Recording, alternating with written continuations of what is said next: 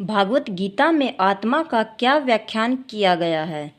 यह आत्मा अव्यक्त, अकाल्पनिक तथा अपरिवर्तनीय कहा जाता है। यह जानकर तुम्हें शरीर के लिए शोक नहीं करना चाहिए। जैसा कि पहले कहा जा चुका है, आत्मा इतना सूक्ष्म होता है कि इसे सर्वाधिक शक्तिशाली सूक्ष्मदर्शी यंत्र से भी नहीं देखा जा सकता। अतः यह अदृश्य है। जहाँ तक आत्मा के अस्तित्व का संबंध है, श्रुति के प्रमाण के अतिरिक्त अन्य किसी प्रयोग द्वारा इसके अस्तित्व को सिद्ध नहीं किया जा सकता। हमें इस सत्य को स्वीकार करना पड़ता है, क्योंकि अनुभवगम्य सत्य होते हुए भी आत्मा के अस्तित्व को समझने के लिए कोई अन्य साधन नहीं है। हमें अनेक बातें केवल उच्च प्रमाणों के आधार पर माननी पड़ती है। कोई भी अपनी माता के आधार पर अपने पिता के अस्तित्व को स्वीकार नहीं कर सकता। पिता के स्वरूप को जानने का साधन या एकमात्र प्रमाण माता है। इसी प्रकार वेद ध्यान के अतिरिक्त आत्मा को समझने का अन्य उपाय नहीं है। दूसरे शब्दों में, आत्मा मानवीय व्यवहारिक ज्ञान द्वारा अकल्पनीय है। आत्मा चेतना और चेतन है। वेदों के इस कथन को हमें स्वीकार होगा। आत्मा में शरीर जैसे परिवर्तन नहीं होते। मूलतः अविकारी रहते हुए आत्मा अनंत परमात्मा की तुलना में अणुरूप है। परमात्मा अनंत है और अणु आत्मा अति सूक्ष्म है। अतः अति सूक्ष्म आत्मा अविकारी होने के कारण अनंत आत्मा भगवान के तुल्य नहीं हो सकता।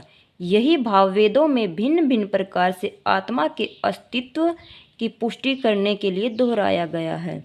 किसी बात को दोहराना उस तथ्य को बिना किसी त्रुटि को समझने के लिए आवश्यक है। अथ चैनम नित्य जातम नित्यम व मन्यसे मृतम तथापि तवम महाबाहो नैनम शोचित्युमर्हसि। किंतु यदि तुम यह सोचते हो कि आत्मा अथवा जीवन का लक्ष्य सदा जन्म लेता है तथा सदा मरता है, तो ये भी महाबाहु तुम्हारे शोक करने का कोई कारण नहीं है। इसका तात्पर्य है, सदा से दार्शनिकों का एक ऐसा वर्ग चला आ रहा है जो बौद्धों के ही समान नहीं मानता कि शरीर के परे भी आत्मा का स्वतंत्र अस्तित्व है। ऐसा प्रतीत होता है कि जब भगवान कृष्ण ने भागवत गीता का उपदेश दिया था तो ऐसे दार्शनिक विद्वान थे और लोकायतिक तथा वैशानिक नाम से जाने जाते थे। ऐसे दार्शनिकों का मत है कि जीवन के लक्षण भौतिक संयोग की एक परिपक्व अवस्था में ही घटित होते हैं। आधुनिक भौतिक वैज्ञानिक तथा भौतिकवादी दार्शनिक भी ऐसा ही सोचते हैं। उनके अनुसार शरीर भौतिक तत्वों का संयोग है और एक अवस्था में ऐसी होती है जब भौतिक तथा रासायनिक तत्वों के संयोग से जीवन के लक्षण विकसित हो उठते हैं। नेतृत्व विज्ञान इसी दर्शन पर आधारित है। संप्रति अनेक छंद धर्म जिनका अमेरिका में प्रचार हो रहा है, इसी दर्शन का पालन करते हैं और साथ ही शून्यवादी अव्यक्त बोधों का अनुसरण करते हैं।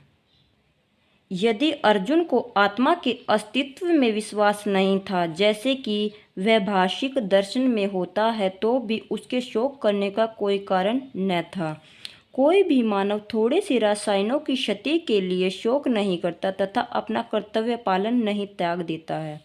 दूसरी ओर आधुनिक विज्ञान तथा वैज्ञानिक बौद्ध में शत्रु का विजय प्राप्त करने के लिए न जाने कितने टन रासायनिक फूंक देते हैं। वैभाषिक दर्शन के अनुसार आत्मा शरीर के क्षय होते ही लुप्त हो जाता है।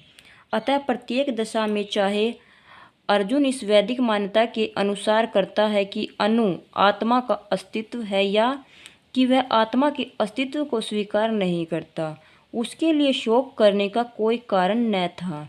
इस सिद्धांत के अनुसार चूंकि पदार्थ से प्रत्येक क्षण असंख्य जीव उत्पन्न होते हैं और नष्ट होते हैं, अतः ऐसी घटनाओं के लिए शोक करने की कोई आवश्यकता नहीं है।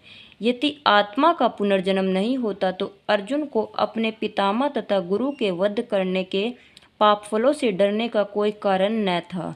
किंतु साथ ही कृष्ण ने अर्जुन को व्यंग पूर्वक महाबाहु कहकर संबोधित किया, क्योंकि उसे वैभाषिक सिद्धांत स्वीकार करना था। वे वैदिक ज्ञान के प्रतिकूल हैं। क्षत्रिय होने के नाते अर्जुन का संबंध वैदिक संस्कृति से था और वैदिक सिद्धांतों का पालन करते रहना ही उसके लिए शोभनीय था।